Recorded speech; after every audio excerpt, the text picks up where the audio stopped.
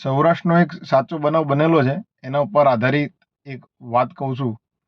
એક વ્યક્તિ મરી જાય છે અને એમની અંતિમ વિધિ માટે, અંતિમ સંસ્કાર માટે લઈ જવામાં આવે છે.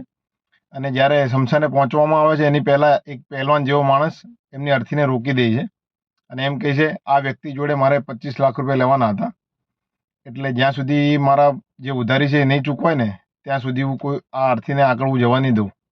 એટલે ત્યાં ઊભેલા બધા માણસોમાં હાહાકાર મચી જાય છે. જે મરી ગયો હતો એ વ્યક્તિના 3 છોકરા હતા. ત્રણેય છોકરામાં પહેલો છોકરો આગળ આવ્યો. છોકરાએ કીધું, મારી જોડે તો બિલકુલ પૈસા નથી. બીજો છોકરો આવ્યો. બીજો છોકરો કે, હું તો કે હમણાં ધંધામાં બહુ પાયમાલ થઈ ગયો છું, મારી જોડે 1 રૂપિયો નથી. ત્રીજો છોકરો કે, મારે તો હજુ લગ્ન કે એવું કંઈ થયું નથી, મારી જોડે કોઈ બચત છે નહીં. એટલે અમારા એ ત્રણેયમાંથી બધા છોકરાઓ ના પાડી દે છે. અને આ વાત ઘરે બેઠેલી છોકરી જોડે વાત પહોંચે છે.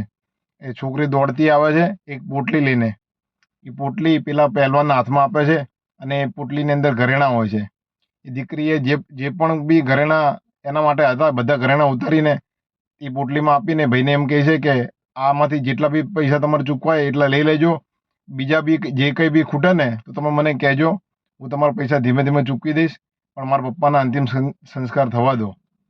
પછી પેલો જે પહેલવાન જે કહે છે ને એ સાંભળીને તમારી આંખમાં આંસુ આવી જશે. પહેલવાન એમ કહે છે કે મારે તમારા પપ્પા જોડેથી પૈસા લેવાના નહોતા, મારે તમારા પપ્પાને પૈસા આપવાના હતા. હું જ્યારે બહુ તકલીફમાં હતો ને ત્યારે તમારા પપ્પાએ મને બહુ સપોર્ટ કર્યો હતો, એટલે મારે તમારા પપ્પાને 25 લાખ રૂપિયા આપવાના છે. પણ આ 25 લાખના ખરેખર હકદાર કોણ હતું ને એ જાણવા માટે મેં આવી વાત મૂકી હતી. અને ખરેખર હકદાર એ છોકરી નીકળે છે અને એ છોકરીના હાથમાં 25 લાખ રૂપિયા એ પહેલવાન આપે છે. આ વાત ઉપરથી આપણા પપ્પા ઘણીવાર આપણી પર ગરમ બહુ થાય છે. એ પપ્પા સૂરજ જેવા હોય છે, આપણા પર ગરમ થાય છે, પણ એ જ્યારે ના હોય ને ત્યારે અંધકાર છવાઈ જાય છે. વિડીયો સારો લાગ્યો હોય તો લાઈક, ફોલો, શેર જરૂર કરો. જય માતાજી, જય ભારત.